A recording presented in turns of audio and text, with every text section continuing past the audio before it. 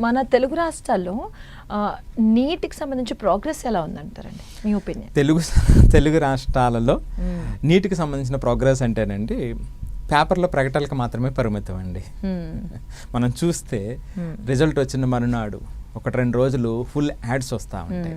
So ఇవన్నీ కూడా అర్ధ సత్యాలతో కూడినటువంటి ప్రకటనలు అండి.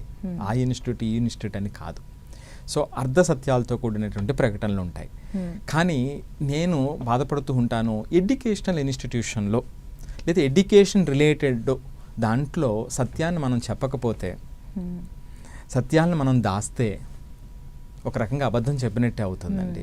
అది వేరే వ్యాపార ప్రకటనలో జరిగితే వేరే, కానీ ఎడ్యుకేషన్కి సంబంధించిన ప్రకటనలు అలాగ ఉంటే నేను చాలా బాధపడుతూ ఉంటాను. సో ఉదాహరణకి మన తెలుగు రాష్ట్రాలలో అంటే తెలుగు పిల్లలకి, నేను ఇన్స్టిట్యూట్ల గురించి మాట్లాడట్లేదు, తెలుగు పిల్లలకి వచ్చినటువంటి బెస్ట్ ర్యాంక్ అండి ఆల్ ఇండియా 18 అండి, 18. సో మొదట 17 స్థానాల్లో మన పిల్లలు ఎవరు లేరు. మన ఇన్స్టిట్యూట్లు అక్రాస్ కంట్రీ ఉన్నప్పటికీ కూడా మొదట 17 స్థానాల్లో మన పిల్లలు లేరు. అంతేకాకుండానండి తెలుగు పిల్లలు టాప్ 100లో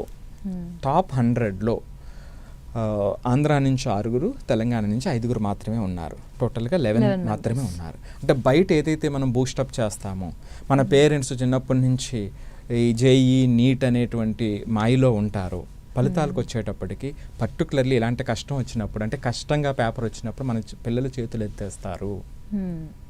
మన వాళ్ళు ఎప్పుడు కూడానండి యాడ్లు వేసేటప్పుడు కూడా 1 అనేటువంటి ర్యాంకులు వేస్తారు.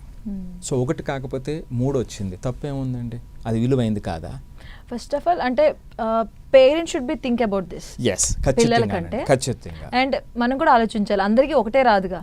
కాదు కదండి. సో ఒకటే ఎందుకు వస్తుంది? రాదు కదండి. సో అదే సందర్భంలో పేరెంట్స్ అందరూ కూడా మీరు అర్థం చేసుకోవాల్సినటువంటి ప్రకటన చూసినప్పుడు మీరు అర్థం చేసుకోవటానికి ఇవి రకరకాల విభాగాలు ఉంటాయండి. అంటే నేను అర్ధ సత్యాలను ఎందుకన్నాను అంటే, ఓపెన్ కేటగిరీ ఒకటి ఉంటుంది, ఈడబ్ల్యూఎస్ ఒకటి ఉంటుంది, ఎస్సీ కేటగిరీ ఒకటి ఉంటుంది, ఎస్టీ కేటగిరీ ఒకటి ఉంటుంది, ఓబీసీ ఒకటి ఉంటుంది, పీడబ్ల్యూడి ఒకటి ఉంటుంది. సో ఇప్పుడు ఎక్కడో ఎస్సీ లేదా ఎస్టీ కేటగిరీలో ఒక 2nd ర్యాంకో 3rd ర్యాంకో లేదా 1st ర్యాంకో వచ్చింది అనుకోండి. సో వీళ్ళు ఏం చేస్తారంటే దీన్నే ఓపెన్ కేటగిరీలో వచ్చిన టోటల్ కాంపిటీషన్లో వచ్చిన 1st ర్యాంక్ కింద వీళ్ళు చూపించేటువంటి ప్రయత్నం చేస్తారు. సో తెలియనటువంటి పేరెంట్స్ ఏమిటంటే ఆ 1 కనిపిస్తేనే మన వాళ్ళకి వచ్చింది అనేటువంటిది. సో అలాంటి మాయలో వీళ్ళే పెట్టారు. సో అదే చట్టంలో వాళ్ళు కూడా కొట్టుకుంటున్నారు. ప్రతిసారి 1వ ర్యాంక్ వచ్చినప్పుడు ప్రతిసారి రాదు కదండి 1వ ర్యాంక్. సో ఆ 1 రానప్పుడు వాళ్ళు బాధపడుతున్నారు. కానీ దేశ స్థాయిలో ఆ మంచి ర్యాంక్ సంపాదించడంలో వాళ్ళ కష్టం కూడా ఉంది ఖచ్చితంగా. వాళ్ళ యొక్క విధానాలు ఉన్నాయి. సో అది ఎక్కువ మందికి చేరట్లేదనే మన బాధ తప్ప